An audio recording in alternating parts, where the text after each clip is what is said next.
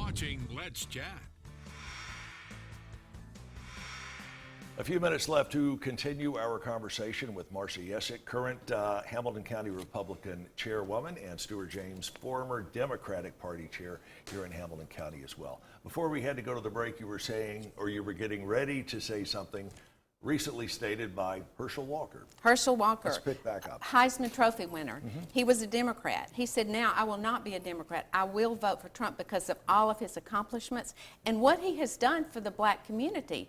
I mean, black unemployment is down more than ever in the history of America.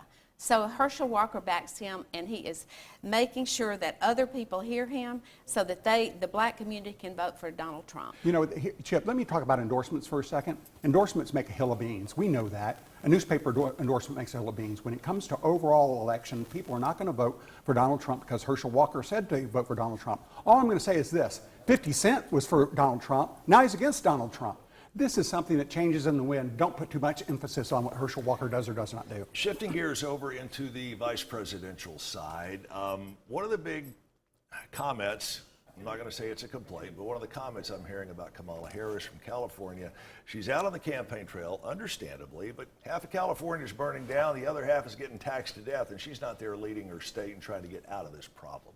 What do you say? I mean, where's the line between serving your constituents and getting out and hitting the road campaign? You know, I think that's a difficult line for any candidate to take. When Mike Pence was running for vice president, he had the same issue.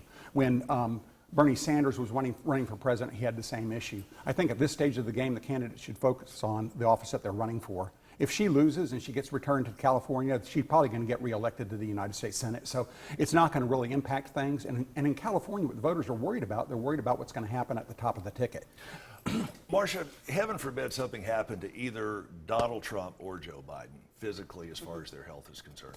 Make your case for why you think Pence would make the better president, because literally that job's only a heartbeat away. Well, we want this country not to be a socialist country, and Kamala Harris is the most liberal, left-leaning senator in the U.S. Senate. So we do not want America to become a socialist country. She is actually campaigning with the Bernie Sanders, who is a confirmed socialist today. However, Pence is such a gentleman and such a Christian, and his wife and his children are too. And let me tell you, Biden talks about character. I don't think at this point in time, with what's going on with his child hunter, he should talk at all about character. But Pence does have a lot of character. I have met Vice President Pence. I have been on Air Force Two with Vice President Pence. I have met his mother, who is a delight.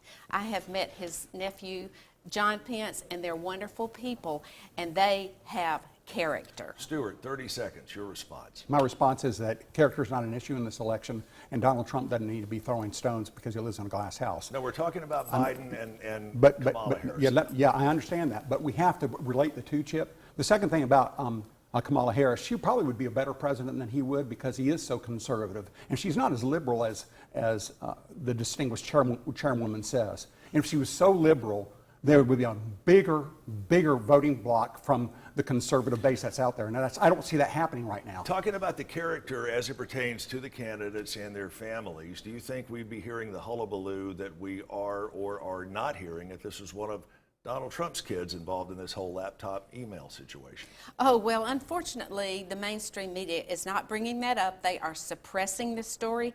The people of America need to know about this and the pay-to-play scheme. It is not just a smear campaign, as Biden is calling it. It is an aggressive pay-to-play that they did, and Stuart, Hunter Biden 15 led it. seconds left. 15 seconds. You know what? If you looked at Mike Pence during the debate, he echoed exactly what the president was doing. This has no legs, and this character debate is stupid.